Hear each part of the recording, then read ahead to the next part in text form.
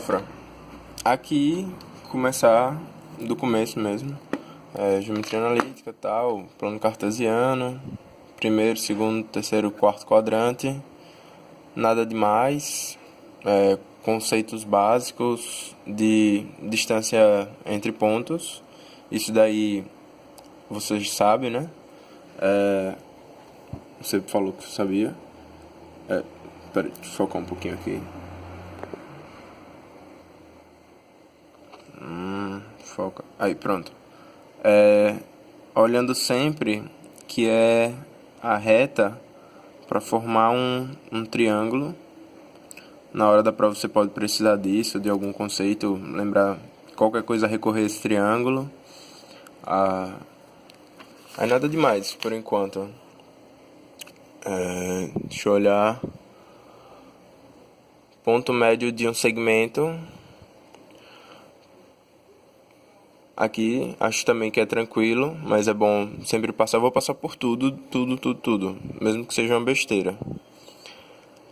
As retas que passam pelos pontos médios, reta de C até o ponto médio, de B até o ponto médio, de A até o ponto médio, dá no centro certinho o baricentro. Eu acho que isso pode cair em questão de prova, no sentido de no triângulo, baricentro, papapá, é o ponto tal, que passa pelos pontos tal. Aí isso você pode precisar. Não sei como pode funcionar essa questão, mas é bom ter sempre esse fator do baricentro em mente.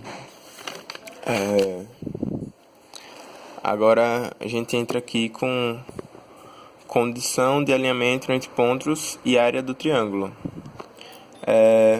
Basicamente o que? Se tiverem 3 pontos consecutivos colineares, você tem uma reta. E se forem 3 pontos não colineares, você tem a definição de um plano. Mas como 3 pontos não colineares também dá um triângulo, então você pode calcular o triângulo com o quê? A área do triângulo com determinante de 2. Determinante sobre 2, desculpa. Que seria fazer a matrizinha, aqui, por exemplo, fazer a matrizinha. Você achou o valor, deu 15. Se deu 15 é porque não é uma reta, é um triângulo. E a área desse triângulo aqui, não importa qual seja ele, a área desse triângulo é o determinante sobre 2, no caso 7,5, nesse caso aqui. É bom lembrar também da definição do plano, né? Já aí puxando um pouco para geometria. Esqueci agora. Alguma geometria aí que eu esqueci, mas definição de plano. Reta seria um segmento, uma reta, infinitos pontos. Um plano são infinitas retas, mas a definição de plano mesmo são 3 pontos não colineares ou 2 retas paralelas, 2 retas concorrentes paralelas não coincidentes. Lembre que isso na prova faz uma diferença. Deixa eu ir passando aqui.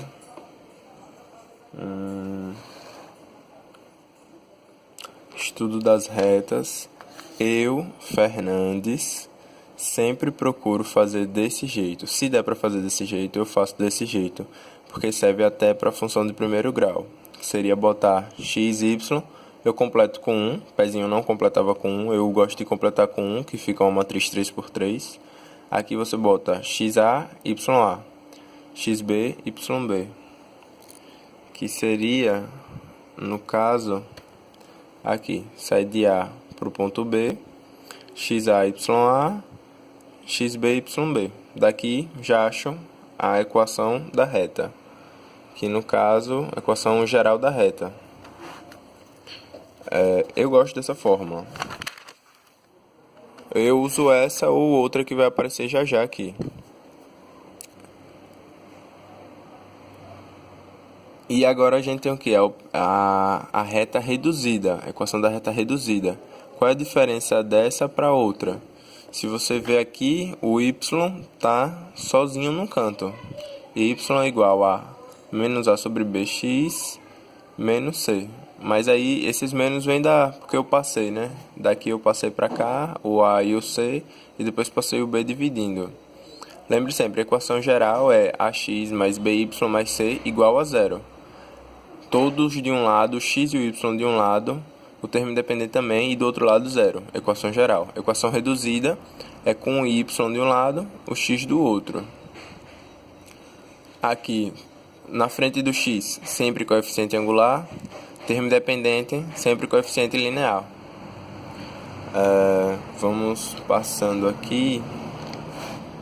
Aqui é só tratando do coeficiente angular da reta. Deixa eu focar um pouquinho. Foca. Coeficiente angular da reta. A tangente do ângulo. Você tem o que? Coeficiente angular. E aí entra a segunda equação que eu gosto de usar bastante, que seria essa daqui. O coeficiente angular da reta, coeficiente angular, igual a ΔY sobre ΔX. Que no caso isso daqui é o quê? A própria tangente, né?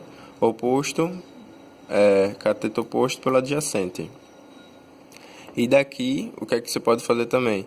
Você pode multiplicar esse mzinho aqui, papá, e esses termos aqui ficam mais independentes. Aqui, eu gosto muito dessa fórmula aqui, que na verdade é essa, só que distribuída, né? Eu uso sempre essa ou aquela, ou a da função do primeiro grau. E, na minha opinião, para a FUVEST, isso daqui tem que ser bem lembrado, porque pode cair em algum momento. Assunto muito importante: posições entre retas. Eita, posições entre retas. Acho bem interessante. O que é que acontece? Dadas as retas RS abaixo, temos que as posições entre elas podem ser paralelas, concorrentes ou perpendiculares. Toda perpendicular é uma concorrente, nem toda concorrente é uma perpendicular, só para lembrar, né? As escritas dela, porque pode cair na prova, é o que? R paralela S. Se R é paralelo a S, então ele faz a mesma angulação no plano cartesiano que S. Logo, o coeficiente angular de R igual ao coeficiente angular de S. Aqui está um exemplo. O coeficiente linear pode ser diferente. Por exemplo, agora se elas forem paralelas coincidentes, aí coeficiente angular e coeficiente linear são iguais. Mas eu acho difícil cair isso na prova. É uma besteira esse negócio, na minha opinião, de paralela coincidente. Então, manter sempre esse pensamento aqui. Retas concorrentes são todas as retas que o coeficiente angular de R for diferente do coeficiente angular de S. Porque, independente de como elas estejam posicionadas, se o coeficiente angular é diferente, elas vão se tocar em algum momento. Em algum momento do plano, elas vão se tocar. Agora, perpendicular é um caso específico da concorrente, quando aqui está a nomenclaturazinha também, R, perpendicular a S. Aqui, como você pode ver no plano. E o que é que tem que acontecer? O coeficiente angular de R tem que ser igual a o oposto do inverso de MS. Ou seja, eles são iguais se for menos 1 sobre MS. Aí tem gente que gosta dessa daqui também. MR vezes MS igual a menos 1. Não gosto muito não. Eu prefiro ter sempre isso daqui na cabeça. Mas aí tá as duas opções para você.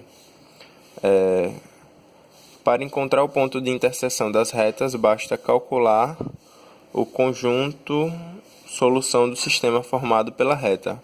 Ou seja, se é um ponto coincidente, o x e o y são iguais. Então, você chega aqui e põe, sei lá,